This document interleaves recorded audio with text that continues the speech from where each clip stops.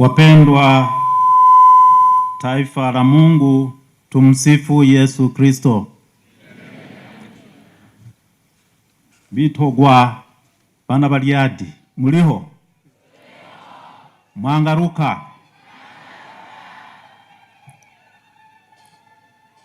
Nikitazama mbele yangu hapa naona kusanyiko kubwa, kusanyiko ambalo linawaleta Watanzania kutoka pande mbalimbali za nchi yetu kwa uwakilishi, na tuko hapa Bariadi kusali, kumshukuru Mwenyezi Mungu, kusifu, kushangilia.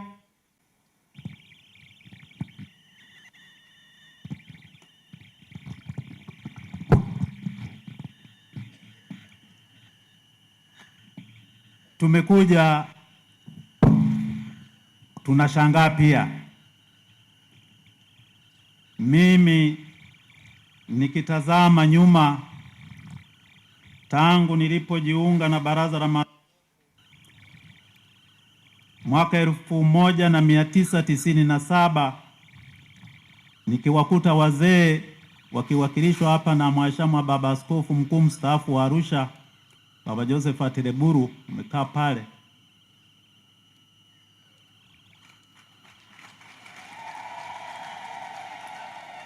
Nchi yetu ilikuwa na majimbo 25 na leo 2026 kwa kuundwa jimbo la Bariadi, nchi yetu inakuwa na majimbo 36.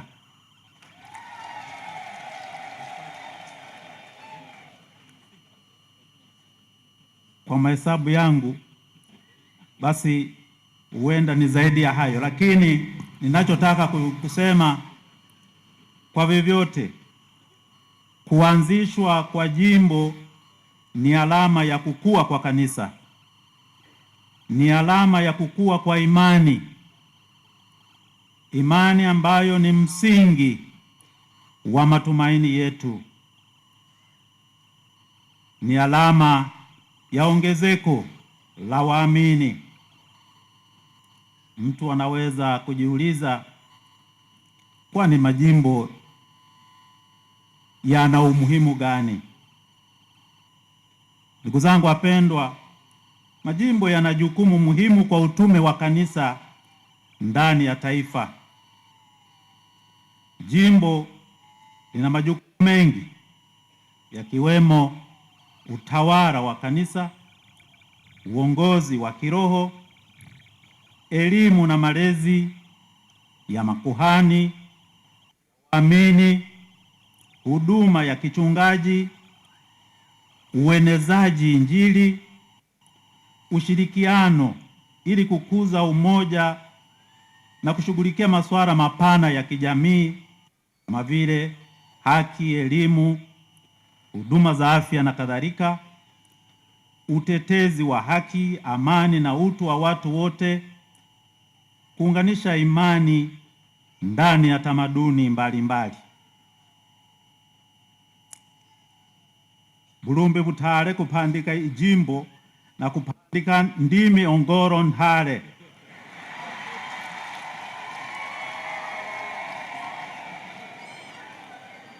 Mulungu amsugulile Lubango.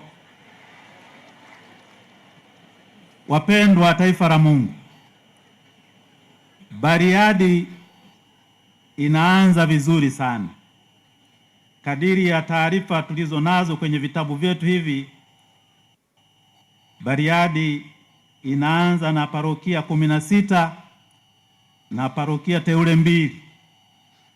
Lakini tumeona hapa mapadre wanajimbo 34, lakini kuna mashemasi 3, kuna wana mashirika ya maisha ya wakfu mapadre 5, kuna watawa wa kike 20, kuna mafrateri 46. Hii si haba. ni jambo la kumpongeza Mwenyezi Mungu, kumshukuru Mungu.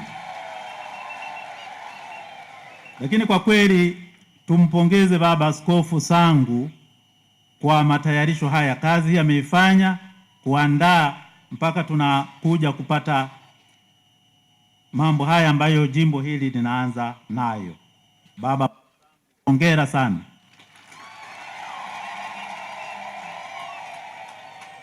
Kuanzishwa kwa jimbo hili kwa vyovyote kutawezesha ukuaji wa kiroho, manake fursa za huduma zitaongezeka.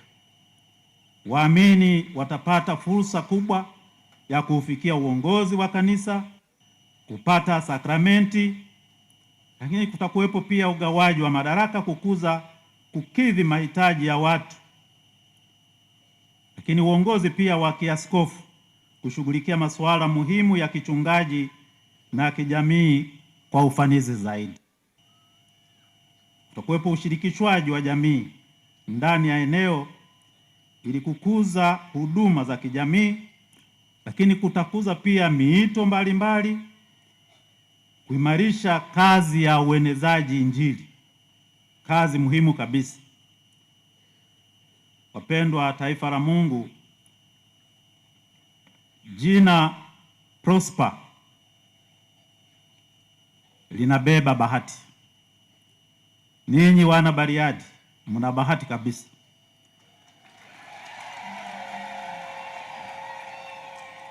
Jina Prosper kutokana na neno la Kinyantuzu prosperous, lamaanisha mwenye bahati, mwenye mafanikio, mwenye kustawi. Ndugu zangu wapendwa, Mungu amemtuma kwetu Baba Askofu Prosper alete mafanikio chanya, alete ustawi katika nyanja mbalimbali za kimaisha, kiroho na kimwili. Baba Prosper, jina lako linaashiria kuleta matumaini au bahati nzuri hapa Bariadi.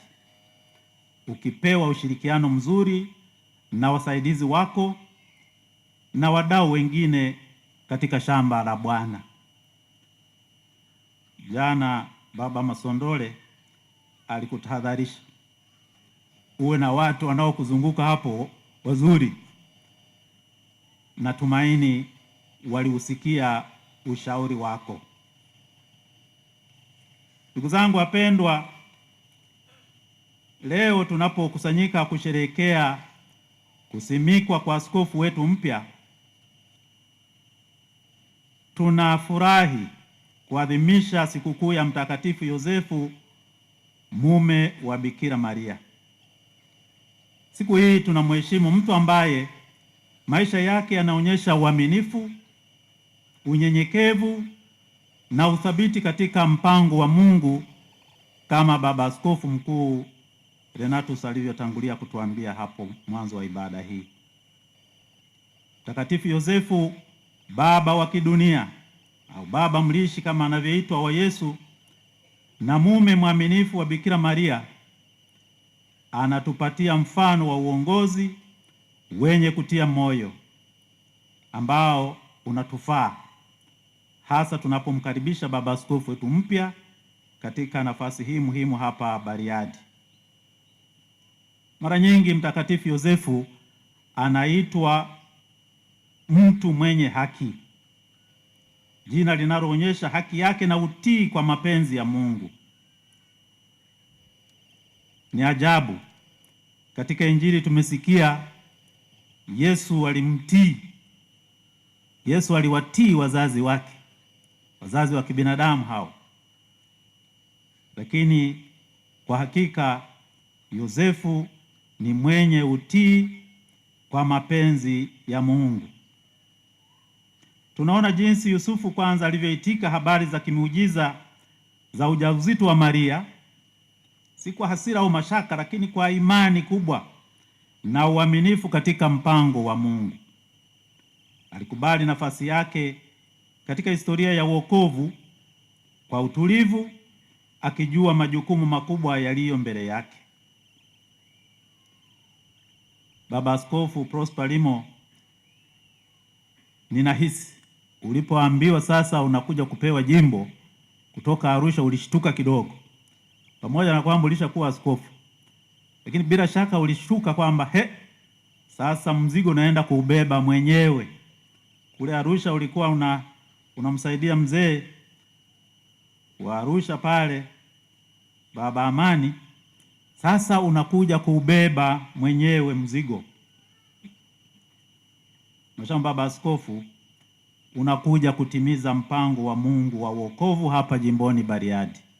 Huji kutimiza mpango wako. Mimi nakuona ukifanana na Mtakatifu Yosefu kama mtu wa haki, mpole na mnyenyekevu. Huyu baba ni mpole lakini ni chuma. Wana Bariadi, kaa tayari kunyooshwa. Lakini baba, utakuja kukutana na watu pia wasiotaka kusikia, ukisimamia, ukihubiri, ukitetea Injili ya haki na ukweli wa Mungu kama msingi wa amani na maisha bora, maisha adilifu, maisha yanayompendeza Mungu, kama vile ilivyokuwa kwa Yosefu akikumbana na wakina Maherode wale. Unakuja kukutana na mazingira ya aina mbalimbali ya vizingiti pia katika utume wako. Ushauri wangu wa kwanza kwako Baba Askofu, mtumaini Mungu wala sio binadamu. Ukuja kufanya kazi ya kumfurahisha binadamu. Wewe umepata kibali kwa Mungu uwe mchungaji mkuu hapa Bariadi. Hivyo zingatia uhosia wa Mtume Paulo kwa Watesalonike anaposema, kwa maana maonyo yetu sio ya ukosefu wala ya udhaifu, ya uchafu wala ya hila, bali kama vile tulivyopata kibali kwa Mungu tuwekewe amana Injili, ndivyo tunenavyo, si kama wapendezao wanadamu, bali wampendezao Mungu anayetupima mioyo yetu. Waraka wa kwanza kwa Watesaloniki sura ya 2 aya ya 3 hadi ya 4. Kama ambavyo Paulo hakuwa na maneno ya kujipendekeza wakati wowote kwa maneno ya juu, wachungaji hatupaswi kuficha lolote ovu wala kutafuta utukufu wa wanadamu. Sisi tunautafuta utukufu wa Mungu. Ndilo hilo umekuja kulifanyia kazi Baba Limo. Wana Bariadi, siwatishi kwa ujio wa askofu wenu mpya wa kwanza, lakini kama Paulo mtume anavyomhimiza na kumshauri baba yenu huyu awe mpole katikati yenu, awe mlezi akiwatunza kama watoto wake mwenyewe. Basi Baba Limo, fanya yote hayo kwa moyo wote kwa sababu ya Bwana na si kwa ajili ya mtu. Hilo tumekumbushwa jana katika somo la masifu ya jioni, Paulo mtume kwa Wakolosai. Fanya yote hayo kwa moyo wote kwa sababu ya Bwana, si kwa ajili ya mtu. Tunakumbushwa wito wetu wa kuwa wasimamizi wa neema ya Mungu na kutumikia kwa unyenyekevu. Mtakatifu Paulo katika barua yake kwa Wakorinto anazungumzia karama mbalimbali zilizotolewa kwa kanisa kwa ajili ya kujenga mwili wa Kristo.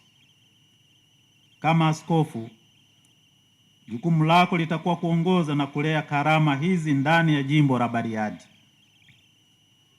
Una wito wa kushirikiana na makuhani, walei na washiriki wote wa kanisa, lakini na wadau wengine wote, tukitambua kwamba sote ni sehemu ya mwili mmoja na kila mmoja akiwa na jukumu la kipekee la kutekeleza katika kutimiza utume wa Mungu.